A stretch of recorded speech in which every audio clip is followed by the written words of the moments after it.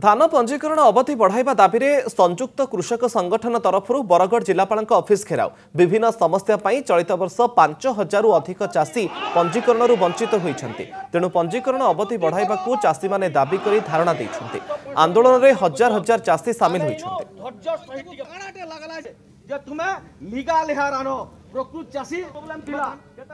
धान पंजीकरण अवधि बढ़ाइबा दाबी में संयुक्त कृषक संगठन तरफ बरगढ़ जिलापाल ऑफिस घेराव विभिन्न समस्या पर चलित वर्ष 5,000 अधिक चाषी पंजीकरण वंचित होती तेणु पंजीकरण अवधि बढ़ाइबा चाषी माने दाबी कर धारणा देते आंदोलन में हजार हजार चाषी सामिल होती।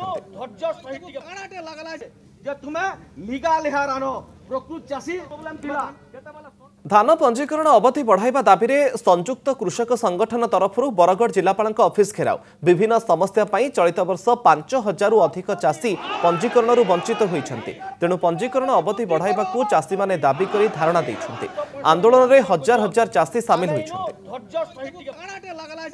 तुम्हें